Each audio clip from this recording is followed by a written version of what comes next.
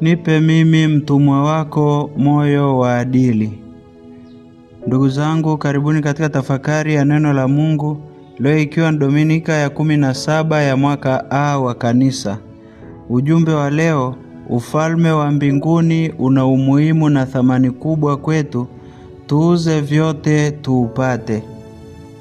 Somo la kwanza ni la kitabu cha kwanza cha Wafalme, sura ya 3 mstari wa 5 na mstari wa 7 hadi wa 12. Tusikilize somo.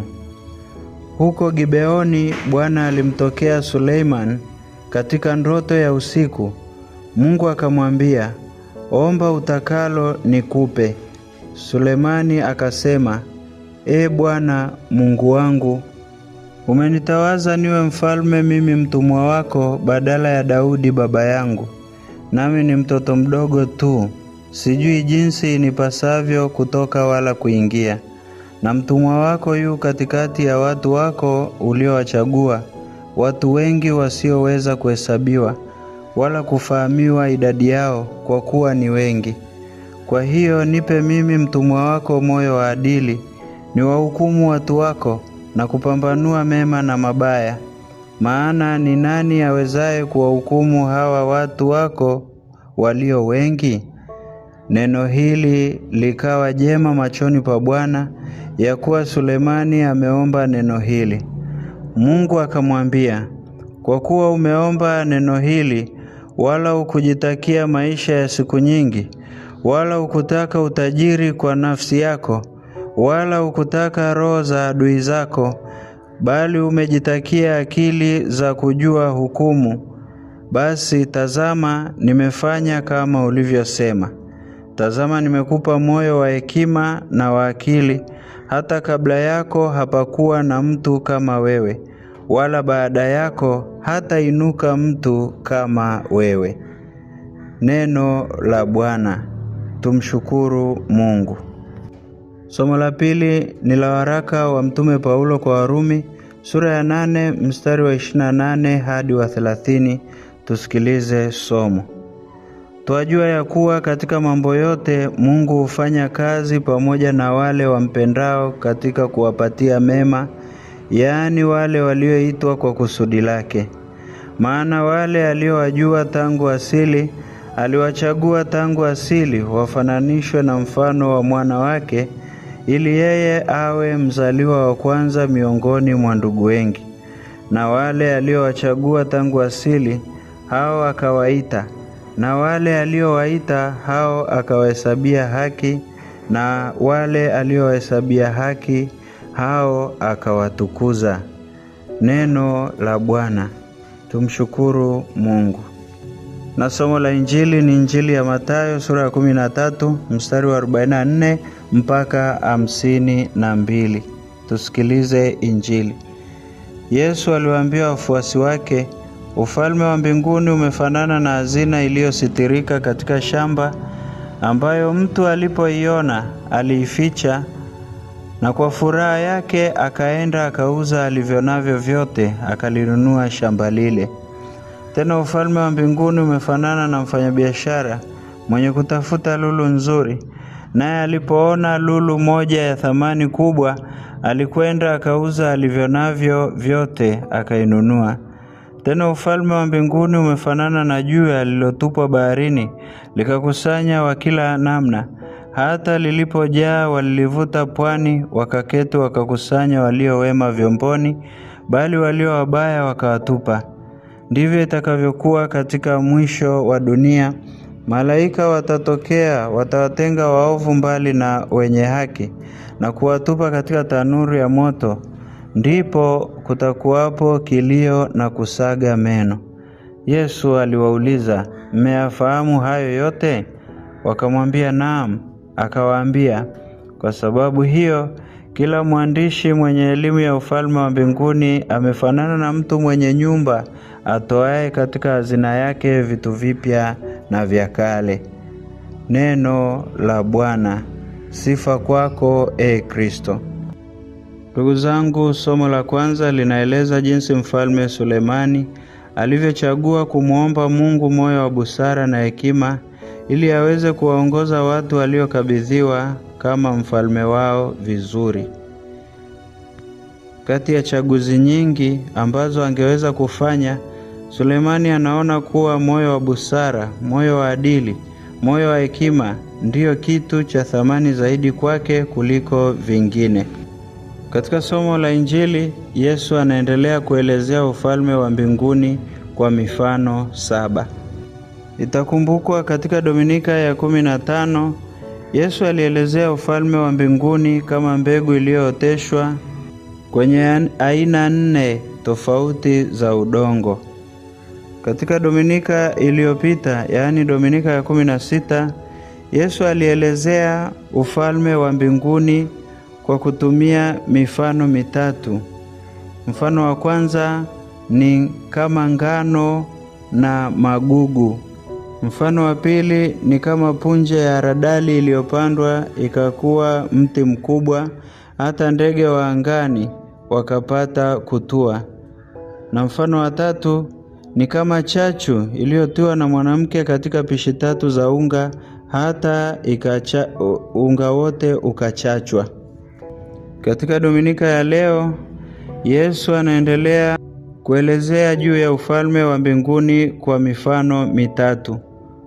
Yaani mfano wa hazina iliyositirika katika shamba, mfano wa lulu inayotafutwa na mfanyabiashara, na mfano wa juya lililotupwa baharini linalokusanya wa kila namna.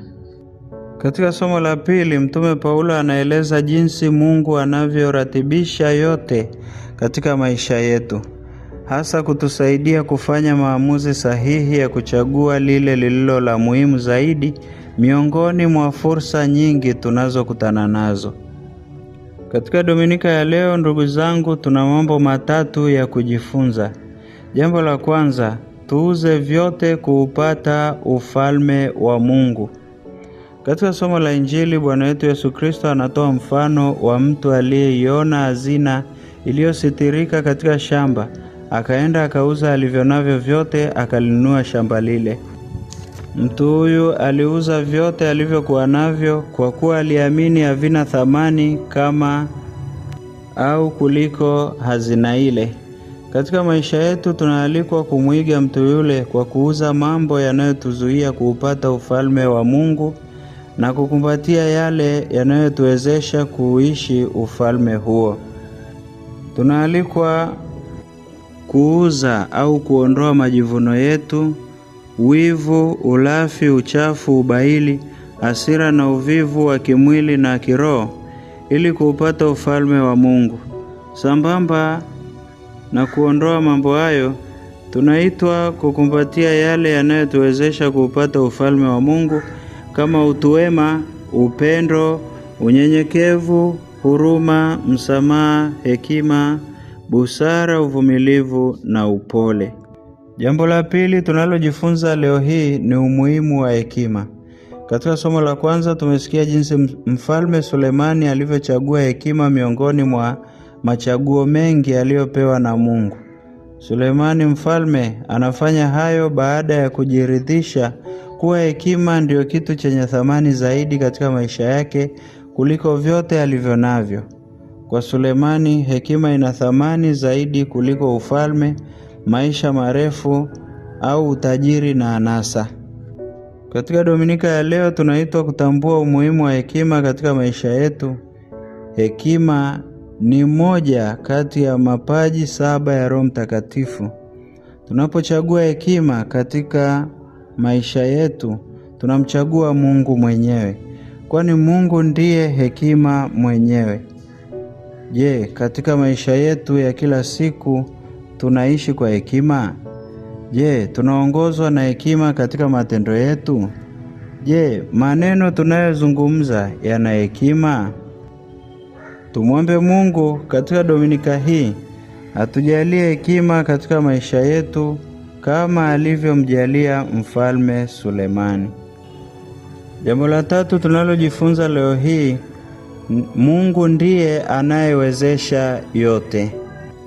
Ndugu zangu, katika somo la pili, Paulo mtume anaelezea juu ya uweza wa Mungu anayefanya kazi pamoja na watu wake. Kulingana na mtume Paulo, Mungu ndiye anayewezesha yote katika maisha yetu. Yeye ndiye anayetuwezesha kufanya maamuzi ya kuchagua lile lililo la muhimu zaidi katika maisha yetu miongoni mwa fursa nyingi zinazotujia.